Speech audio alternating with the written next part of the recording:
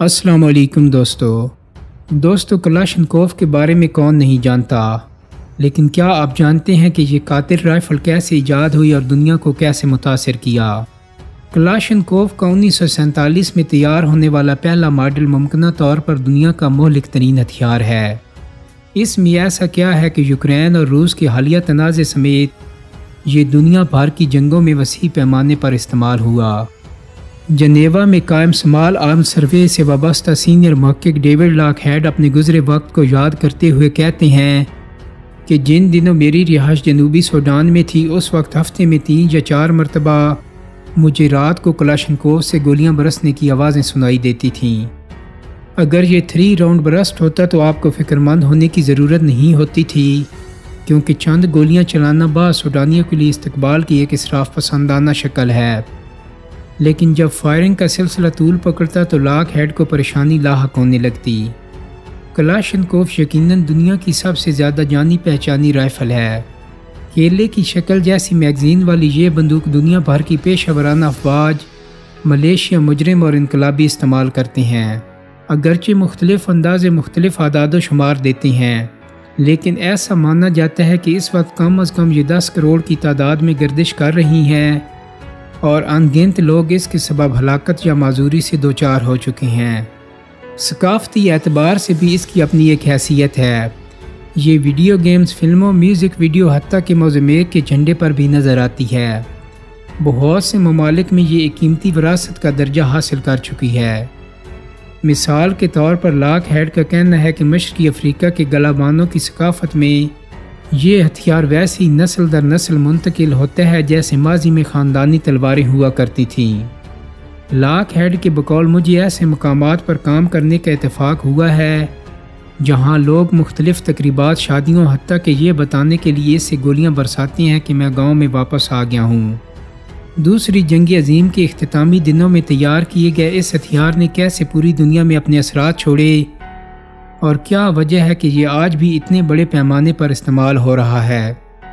دوستو، کلاشنکوف کی کہانی 1941 میں سوویت یونین کے ایک عسکری ہسپتال سے شروع ہوتی ہے۔ ٹینک ڈویژن کا ایک سپاہی میخائل کلاشنکوف زخمی ہونے کے بعد تندرستی کی جانب گامزن تھا۔ ہسپتال میں اس نے صحت یاب ہونے والے کئی دوسرے سپاہیوں کو اپنی ناقابل اعتماد رائفلوں کا ماتم کرتے سنا جو اکثر جام ہو جاتی تھیں۔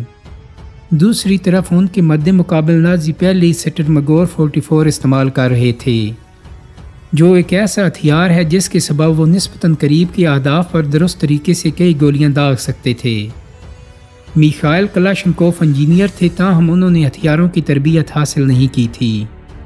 انہوں نے سٹرمگور 44 اور دوسری جنگ عظیم کے دوران متعارف ہونے والی دیگر اسالٹ رائفل سے متاثر ہو کر ایک نئی سب مشین گن تیار کرنے کے لیے کمر کس لی۔ انہوں نے سوویت یونین کی ریڈ آرمی کے ہتھیاروں کے یونٹ میں کام کرنا شروع کر دیا اور بالآخر 1946 میں فوج کے لیے ایک نئی بندوق تیار کرنے کا مقابلہ جیت لیا۔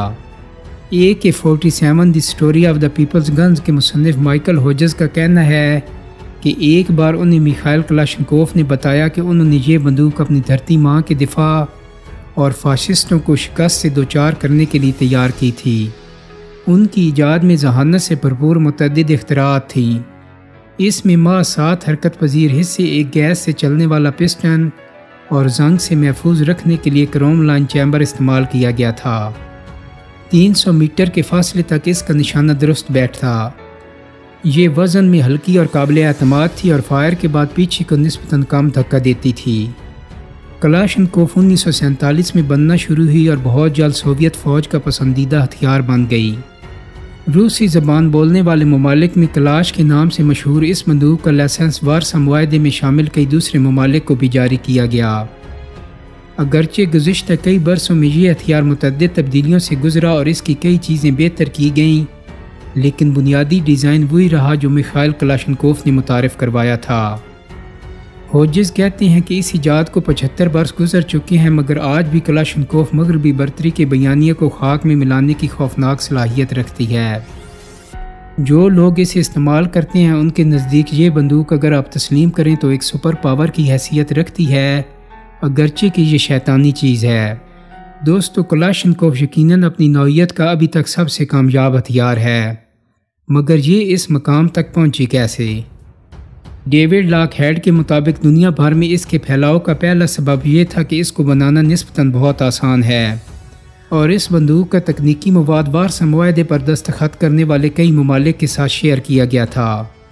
نتیجتاً کئی ممالک کی افواج بہت کم وقت میں اسے تیار کر کے آن کی آن میں اپنے سپاہیوں کو ایک طاقتور آلے سے مسلح کر سکتی تھیں۔ لاک ہیڈ اس موضوع پر مزید روشنی ڈالتے ہوئے کہتے ہیں مگر یہ سر جنگ کے عروج کے دنوں میں صحیح طور پر نمایاں ہوئی۔ سوویت یونین نے یہ بندوق اپنے اتحادی ممالک کی افواج سمیت دنیا بھر کے اپنی پراکسی لشکروں، باغی گروہوں اور مختلف جنگجو دستوں میں تقسیم کی۔ مغرب بھی اس وقت شرافت سے خاموش نہیں بیٹھا تھا۔ اس نے امریکی ساختہ M16، بیلجیم ساختہ F-15 اور جرمن ساختہ G3 سمیت اپنی اسالٹ رائفلز کئی گروہوں اور حکومتوں کو تقسیم کی جن کی وہ پشت پناہی کر رہا تھا۔ ویتنام جنگ کلاشنکوف کے لیے ممکنہ طور پر فیصلہ کن موڑ تھا۔ کمیونسٹ گروہ کو چین اور روس کی جانب سے لاکھوں کلاشنکوفیں فراہم کی گئیں۔ ویتنام کے بھاؤ والے جنگلوں میں یہ ہتھیار انتہائی مؤثر رہا۔ امریکی ساختہ M16 کے برعکس کلاشنکوف پانی کے اندر بھی کام کرتی ہے۔ اسے دیکھ بھال یا صفائی کی بہت کم ضرورت پڑتی ہے اور دو بدو مقابلے کے لیے انتہائی مناسب اور شاذ و نادری جام ہوتی ہے۔ دراصل ایسی کئی اطلاعات تھیں جن کے مطابق امریکی دستوں نے اپنی M16 کو ویتنامی کمیونسٹوں سے چینی کے کلاشنکوفوں سے تبدیل کر لیا کیونکہ یہ میدان جنگ میں زیادہ مؤثر تھیں۔ دوستو اس وقت کلاشنکوف تمام ایشیا، مشرقی وسطی افریقہ اور لاطینی امریکہ میں پھیل رہی تھی۔ یہ ہتھیار نو آبادیات کی مخالفت اور سر جنگوں کے تنازعات میں وسیع پیمانے پر استعمال ہوا۔ مثال کے طور پر 1980 کی دہائی کی سوویت افغان جنگ میں مجاہدین نے اپنے امریکی پشت پناہوں سے التجا کی کہ وہ انہیں چینی ساختہ کلاشنکوفیں لے دیں جو بالآخر امریکہ نے لے کر دیں۔ بلا شبہ متعدد جنگوں نے اس رائفل کے پھیلاؤ میں کردار ادا کیا، لیکن 1990 کی دہائی کی بلکان جنگیں خاص طور پر قابل ذکر ہیں۔ یوگوسلاویہ کے ٹوٹنے سے پہلے ملکی فوج زستافا M70 استعمال کرتی رہی جو کلاشنکوف طرز کا اسلحہ تھا اور جسے تمام گروہوں نے بڑے پیمانے پر استعمال کیا۔ لڑائی ختم ہونے کے بعد بہت سے جنگجو اپنی بندوقیں گھر لے گئے اور یوں اسلحے کی غیر قانونی تجارت شروع ہو گئی۔ مختلف گینگسٹر اور دہشت گرد بلیک مارکیٹ سے یہ ہتھیار خریدنے لگے۔ کلاشنکوف کا دہشت گردی کے ساتھ خاصا مضبوط رشتہ ہے۔ لاک ہیڈ کہتے ہیں کہ وہ دہشت گردوں کا ترجیحی ہتھیار اس لیے ہے کہ ہر جگہ موجود ہے۔ عسکری انتہا پسند گروہ القاعدہ کے بانی اسامہ بن لادن کی مشہور تصویر ہے جس میں وہ یہ بندوق تھامے بیٹھے ہیں، اور ایسا ہی برطانیہ سے تعلق رکھنے والے داعش کے دہشت گرد جہادی جان کا معاملہ ہے۔ آئرش ریپبلک آرمی سے لے کر شائنگ پاتھ، داعش، بوکر حرام اور تامل ٹائگروں سمیت کئی مسلح گروہوں نے دنیا بھر میں یہ اسلحہ استعمال کیا۔ ہوجز کہتے ہیں کہ چارلی ایبدو کے دفتر پر 2015 کے حملے کے دوران حملہ آوروں شریف اور سعید کواشی نے 12 افراد کو قتل کرنے کے لیے کلاشنکوفیں استعمال کی تھیں۔ اس واقعہ کے بعد فرانس پولیس یونین الائنس کے ایمندول نے کہا تھا کہ ان کے پاس کلاشنکوف سمیت جنگی ہتھیار تھے۔ انہوں نے اس طرح کی بات کی جیسے کلاشنکوف کے استعمال نے قاتلانہ حملے کی سفاکی میں اضافہ کیا ہو۔ اسی برس کچھ عرصے بعد کلاشنکوف کی 2 مختلف قسمیں ان دہشت گردوں کے ہتھیاروں میں شامل تھیں جنہوں نے باتکلان کنسرٹ ہال پر حملہ کر کے 90 افراد کو ہلاک کر دیا تھا۔ لاک ہیڈ بتاتے ہیں کہ اب بھی کلاشنکوف تمام عصری مسلح تنازعات میں انتہائی مقبول ہے۔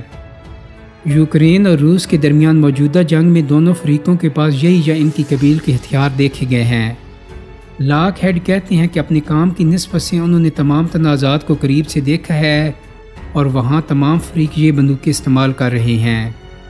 دوستو آخر میں آپ کو بتاتا چلوں کہ کلاشنکوف ایجاد کرنے والے شخص کا اپنی تخلیق کے بارے میں کیا خیال تھا۔ اپنی ایجاد کے حقوق اپنے نام نہ کر کے کوئی پیسہ نہ کمانے والے میخائیل کلاشنکوف کئی دہائیوں تک اس بندوق پر فخر کرتے رہے۔ 2007 میں اپنی 60ویں سالگرہ کے موقع پر ایک تقریب کے دوران انہوں نے فخری انداز میں کہا، ویتنام جنگ کے دوران امریکی فوجی اپنی M16 پھینک دیا کرتے تھے تاکہ وہ ویتنام کے مردہ سپاہیوں کی کلاشنکوف اور گولیوں پر قبضہ جما لیں۔ در حقیقت ولادیمیر پیوٹن نے اس تقریب میں کہا کہ کلاشنکوف رائفل ہمارے لوگوں کی تخلیقی ذہانت کی علامت ہے۔ اس کے باوجود ایسا لگتا ہے کہ زندگی کے آخری برسوں میں میخائیل کلاشنکوف کا دل بدل گیا تھا۔ دسمبر 2013 میں اپنی موت سے کئی ماہ پہلے اس مؤذن نے روسی آرتھوڈاکس چرچ کے سربراہ کو خط لکھتے ہوئے کہا، میری روح ناقابل برداشت اذیت میں مبتلا ہے۔ میں اپنے آپ سے ایک ہی سوال پوچھتا رہتا ہوں جس کا عقدہ نہیں کھلتا کہ اگر میری اسالٹ رائفل نے لوگوں کی جانیں لی ہیں تو اس کا مطلب ہوا میں یعنی میخائیل کلاشنکوف ان لوگوں کی موت کا ذمہ دار ہوں۔ دوستوں، امید کرتا ہوں کہ میری آج کی ویڈیو آپ کو پسند آئی ہوگی۔ اگر ویڈیو اچھی لگی ہے تو اس کو لائک اور شیئر کر دیں۔ میرے چینل کو سبسکرائب کرنے کے ساتھ ساتھ بیل آئیکن کو بھی کلک کر دیں تاکہ آپ کو میری آنے والی مزید ویڈیوز کے نوٹیفیکیشن ملتے رہیں۔ بہت جلدی ایک نئی ویڈیو کے ساتھ ملاقات ہوگی۔ اپنا بہت سارا خیال رکھیے گا۔ اللہ حافظ۔